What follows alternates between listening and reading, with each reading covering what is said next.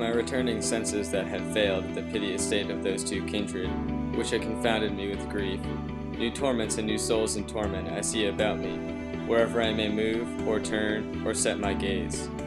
I am in the third circle of eternal, hateful rain, cold and leaden, changeless in its monotony.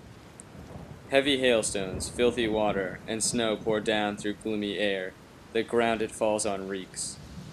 Cerberus, fierce and monstrous beast, barks from 3 gullets like a dog over the people underneath that muck.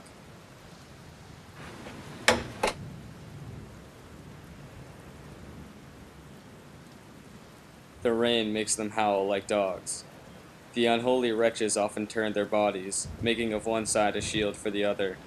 When Cerberus, that huge worm, noticed us, he opened up his jaws and showed his fangs.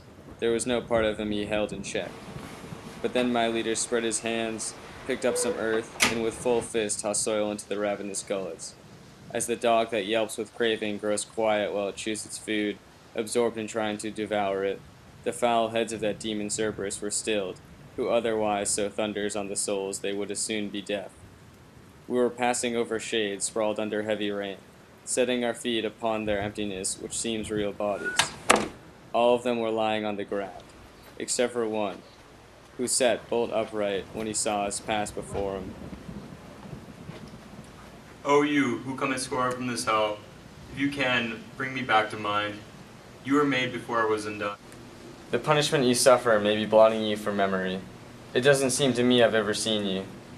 But tell me who you are to have been put into this place with such a penalty that none, though harsher, is more loathsome. Your city, so full of envy, that now the sack spills over. Held me in its confines in the sunlit life, you and my townsmen called me Shako. For the pernicious fault of gluttony, as you can see, I'm prostrate in the rain. And in my misery, I'm not alone. All those here share a single penalty for the same fault. Shako, your distress so weighs on me it bids me weep. But tell me, if you can, what shall be the fate of the citizens within the riven city? Are any in it just? And tell me why such discord has assailed it. After long feuding, they shall come to blood. The rustic faction, having done great harm, will drive the others out. But it, in turn, shall follow them. Within 3 years, by power of him, who now just bids his time, these, in their arrogance, will long subject the other faction to their heavy yoke, despite its weeping and its shame. 2 men are just and are not needed there. Pride, envy, avarice are the sparks that have set the hearts all on fire.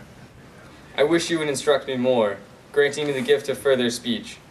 Farinata and Tagiao, who were so worthy, Jacopo Rastacucci, Arrigo, and Mosca, and the rest whose minds were bent on doing good. Tell me where they are and how they fare, for great desire presses me to learn, whether heaven sweetens or hell embitters them. They are among the blacker souls. Different vices weigh them toward the bottom, as you shall see if you descend that far. But when you have returned to the sweet world, I pray you bring me to men's memory. I say no more, nor answer you again. He wakes no more, until angelic trumpets sound the advent of the hostile power. Then each shall find again his miserable tomb, shall take again his flesh and form, and hear the judgment that eternally resounds. Master, after the great judgment, will these torments be greater, less, or stay as harsh as they are now? Return to your science, which has it that, in measure of one's perfection, it feels both more of pleasure and of pain. Although these accursed people will never come to true perfection, they will be nearer it than they are now.